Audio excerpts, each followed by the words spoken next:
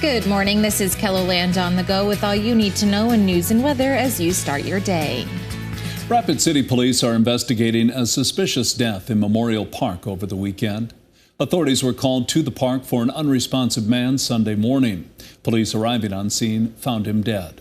Authorities say there is no threat to public safety. If you have any information about the incident, you are asked to call Rapid City Police.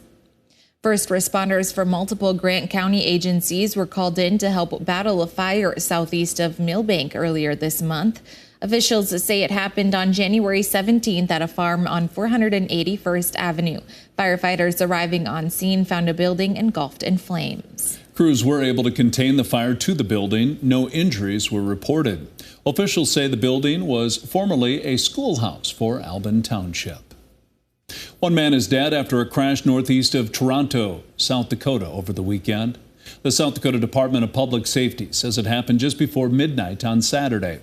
A pickup was northbound on 479th Avenue near 191st Street when it left the road. The pickup went into a ditch, hit a field approach, and rolled. The 66-year-old driver was pronounced dead at the scene. South Dakota's Highway Patrol is investigating the crash. Now let's get a check of our weather with meteorologist Scott Munt. Melting snow for those who have snow, Scott. Oh, yes. It looks like we'll have our temperatures well above average, well above freezing. We'll get these numbers to the 40s for highs in central and eastern KELOLAND, even warmer in the western South Dakota with 50 and 60 degree weather expected. High of 62 in Rapid City, 47 in Pierre, 44 in Aberdeen, and 45 today in Sioux Falls. Slightly cooler tomorrow.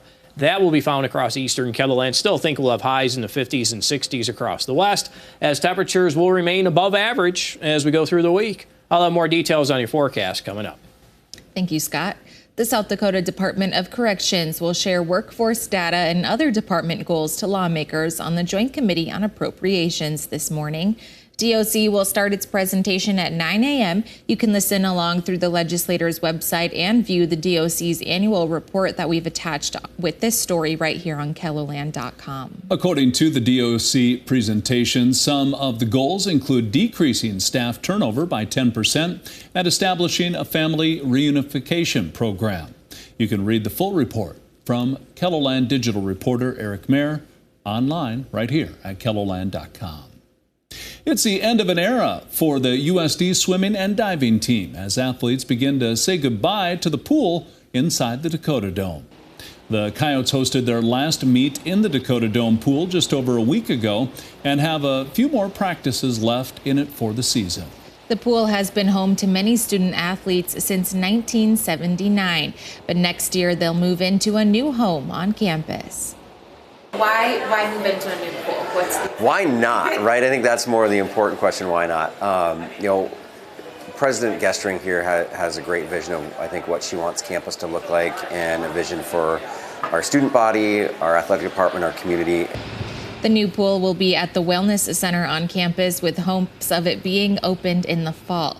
It'll also be available for students and community members with Wellness Center memberships to use.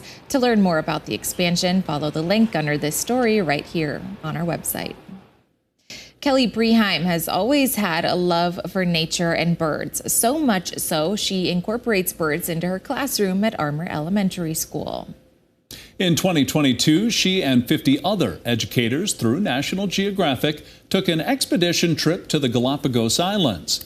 There they spent 10 days researching animals. Now she uses her findings to educate her students. So when I show the kids, I think they must wonder, wow, our teacher, she's an explorer. So I think that's a really good for kids to see that just a regular person like me can be an explorer too. Preheim has taught at Armour Elementary for more than 30 years.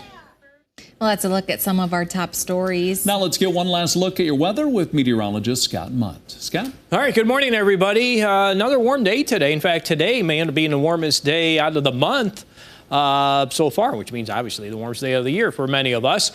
Cold front moves through late today into tonight. High pressure comes in from the north. The numbers will be a little cooler for tomorrow, but still above average and still above freezing across eastern Kettle-Land. 60s still possible in the western South Dakota. You know, not only today, tomorrow, but that may even last into Wednesday. Rapid City's high at around 62 as dry skies will continue. Until we hit this coming weekend, we do have that chance to see a couple of scattered showers across western South Dakota. May be cold enough to bring in a snow chance for the hills of western Kettle-Land Saturday night into Sunday.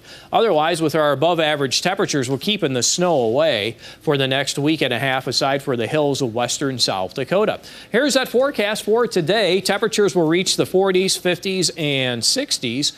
Tonight will eventually fall to the 20s and 30s with partly cloudy skies. And for tomorrow, slightly cooler, still above average, still above freezing, highs in the middle to upper 30s in eastern Kettle-Land. You can always check the details of the 7-day forecast while you're here online. Have a great day.